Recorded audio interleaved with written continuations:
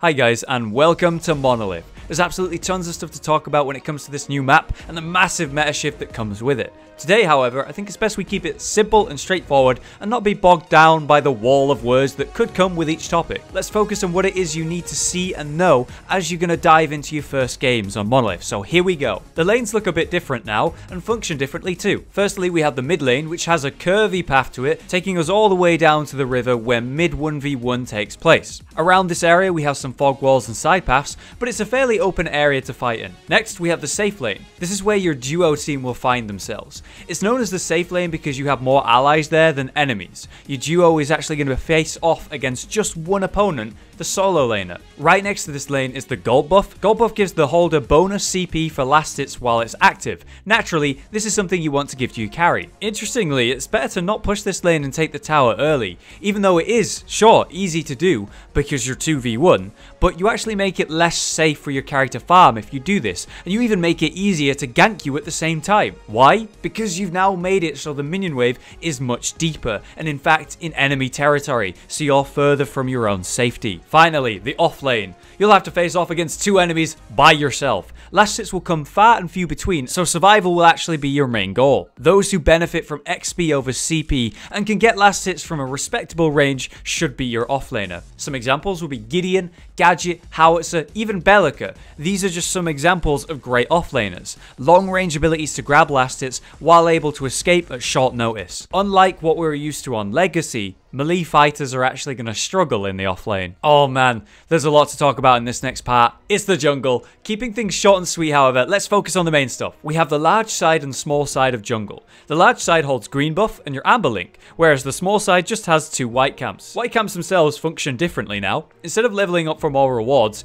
they simply just gain a new white minion to bolster them. The camps are going to reinforce like this until there's 5 minions total at the camp, at which point it caps out and no more spawn. The green buff will give the holder a shield that lasts a short duration. Anything that hits the holder takes some damage, but at the same time, if the shield runs out via damage or time, it's going to explode and pop for some great damage. Don't forget the amber link. As you kill camps in your jungle, you're going to fill your amber link, and over time, that amber link will dole out the CXP you filled it with to your whole team. You can actually hit the enemy's amber link to steal that CXP they're gathering, but do watch out, they can do the same to yours. A new camp we have on the map is the Raptor Camp. Instead of what it used to be, the black buff, the Raptor is now going to drop exactly 1000 CP to the player who lands the killing blow. That's exactly 1 card point every time. You can end up getting tons of CP from these Raptors if you're good at it. The Raptor Camp is going to work similar to the white camps, reinforcing over and over, but it caps out at 3 instead of 5. Remember though, these Raptors have large health pools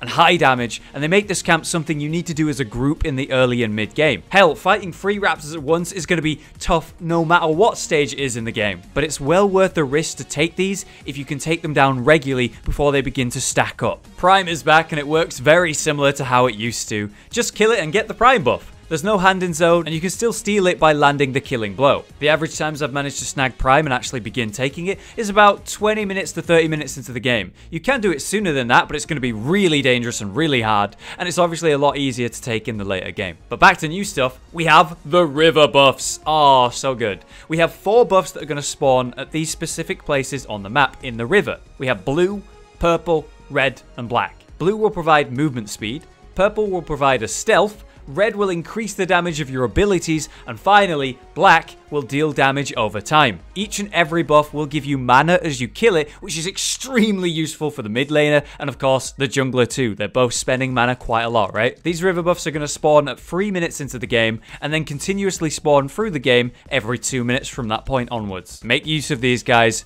They're so important. Here's a fun one. Oh, the boosts. The boosts are the best, dude.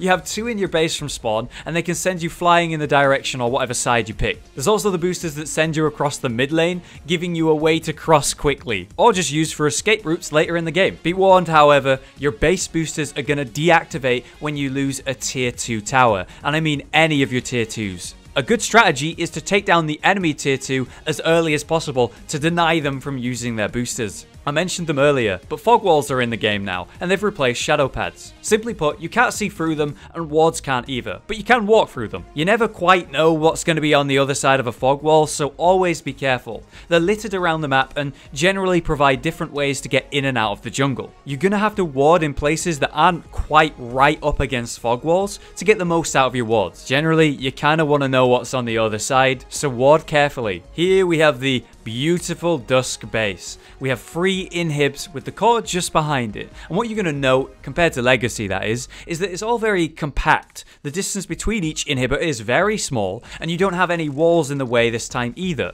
And if we have a look at the Dawn Base, which is also beautiful with the same layout however, you can note that the cores now have stairs leading up that aren't all in range of the core. Its range is significantly smaller now. Outside of that, damn. These bases look good, dude. Like, look at that big ball up there. Damn, it's huge. Oh, and before I forget, there is one other change that I think you should know about. All right, here we go.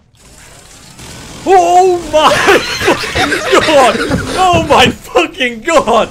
Oh god, he's doing. Holy shit! Oh, what's that? Looks beautiful now, doesn't it? What the fuck?